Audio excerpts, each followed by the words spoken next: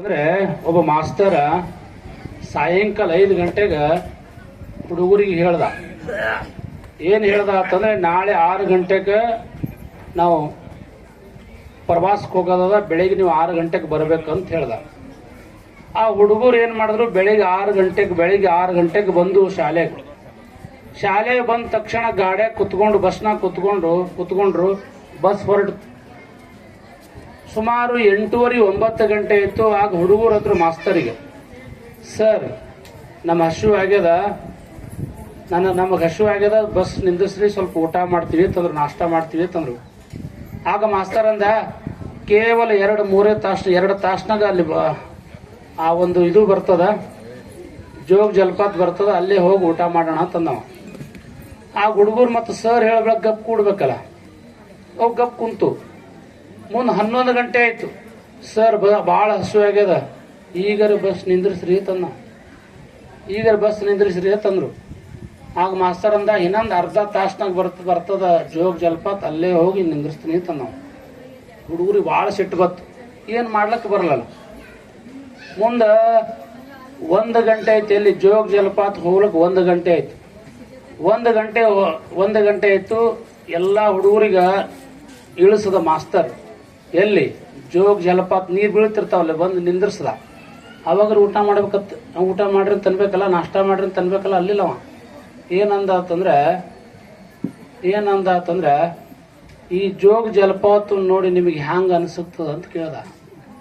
ಆ ಹುಡುಗರೊಂದು ಮೊದಲೇ ಹಸದಿತ್ತು ಹೊಟ್ಟಿ, ಸರ್ ಈ ಜೋಗ ಜಲಪಾತನ ನೋಡಿ ನಿಮ್ಗೆ ಇವಾಗ ಹಂಗ ಅನ್ಸೋದು ಒಳಗತ್ತ.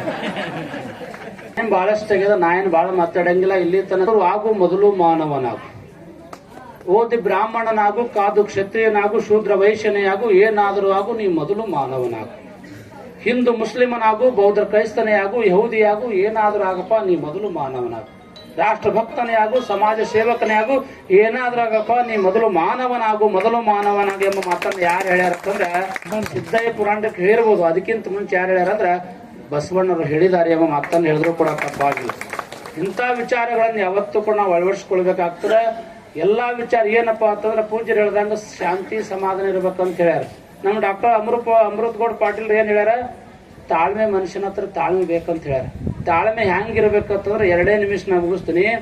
ಒಮ್ಮೆ ಏನಾಗಿತ್ತು ಅಂತಂದ್ರೆ, ಶಿವನಿಗ ಶನಿ ಭೇಟಿ ಆದ, ನಮಸ್ಕಾರ ಮಾಡದ ಶನಿ ಶಿವನಿಗೆ.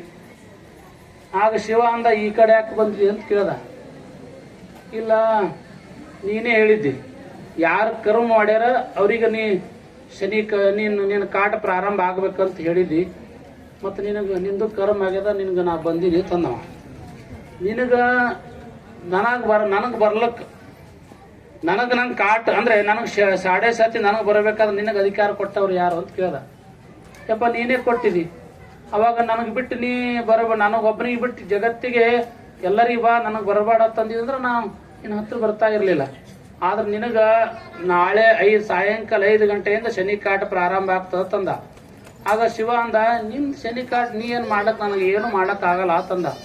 ಆಗ್ಲಂತ ವಿಚಾರ ಮಾಡ್ಕೊಂಡು ಭಗವಂತ ಶಿವ ಎಲ್ಲಿ ಹೋದ, ಕೈಲಾಸಕ್ಕೆ ಹೋದ. ಹೋದ ತಕ್ಷಣ ಮರುದಿವ್ಸ 5 ಗಂಟೆ